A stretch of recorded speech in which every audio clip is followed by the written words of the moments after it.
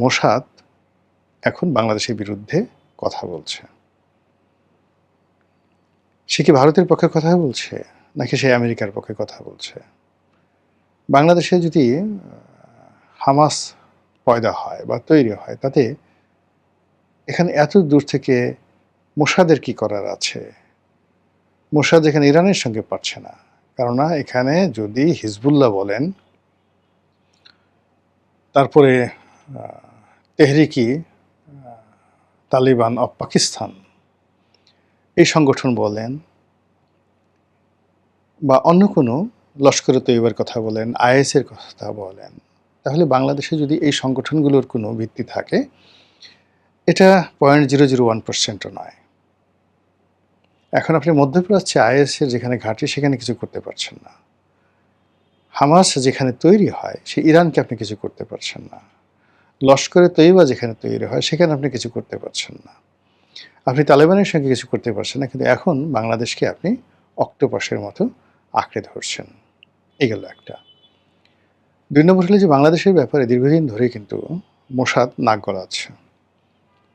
আমরা জিনিসটি রা করিনি, গা করিনি। আমাদের দেশে অনেকে নিজেদেরকে মোসাদের এজেন্ট বলেছে, বা আমরা অনেককে বলেছি যে এ মোসাদের এজেন্ট। তো সেই মোসাদের এজেন্টের সঙ্গে বড় বড় মানুষের দেখা সাক্ষাৎ হয়েছে ইতিপূর্বে, ছোট ছোট মানুষদেরও দেখা সাক্ষাৎ হয়েছে। কাউকে ক্ষমতায় রাখা, কাউকে ক্ষমতা থেকে উচ্ছেদ করা, কাউকে মন্ত্রী এমপি বানানো, এই কাজগুলো মোসাদ বাংলাদেশে দীর্ঘদিন ধরে করে যাচ্ছে বলে আমরা অনুমান করেছিলাম, এবং আমরা বিভিন্ন গালাগাল করেছি বিভিন্ন মানুষকে। কিন্তু এখন ভারতে নিযুক্ত যিনি ইসরায়েলি রাষ্ট্রদূত, তার গুরুত্ব মানে টিপিক্যালি আপনি যদি ধরেন বেঞ্জামিন নেতানিয়াহু, তারপরে তাদের যুদ্ধমন্ত্রী, এরপর মার্কিন যুক্তরাষ্ট্রে তাদের রাষ্ট্রদূত এবং ভারতের রাষ্ট্রদূত, এই 4 জন কন্টেম্পোরারি, কাছাকাছি। তো সেই মানুষটি বাংলাদেশ সম্পর্কে এই মুহূর্তে এই অভিযোগ করেছে। এটা বর্তমান তারেক রহমান সাহেবের সরকারের জন্য একটা ব্যাড সিগন্যাল, সার্বিক অর্থে একটা ব্যাড সিগন্যাল।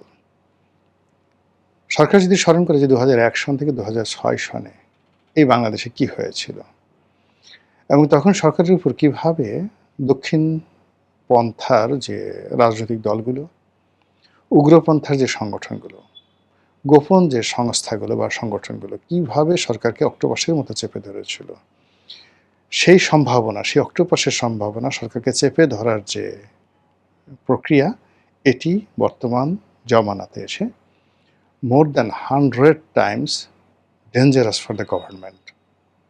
আর এই বিষয়টি এখন মোসাদ বলছে, এই বিষয়টি এখন ইসরায়েলের মুখ দিয়ে বেরোচ্ছে। শুধু তাই নয়, কিছুদিন আগে স্বয়ং পাকিস্তান থেকে পাকিস্তানের যে প্রতিরক্ষামন্ত্রী, পররাষ্ট্রমন্ত্রী, তারাও বাংলাদেশে জঙ্গিবাদ তৈরি হচ্ছে এবং এই জঙ্গিরা এখানে ট্রেন আপ হয়ে পাকিস্তানে গিয়ে তারা অপকর্ম চালাচ্ছে, এই ধরনের কথা বাংলাদেশে এসে তারা বলে গেছেন।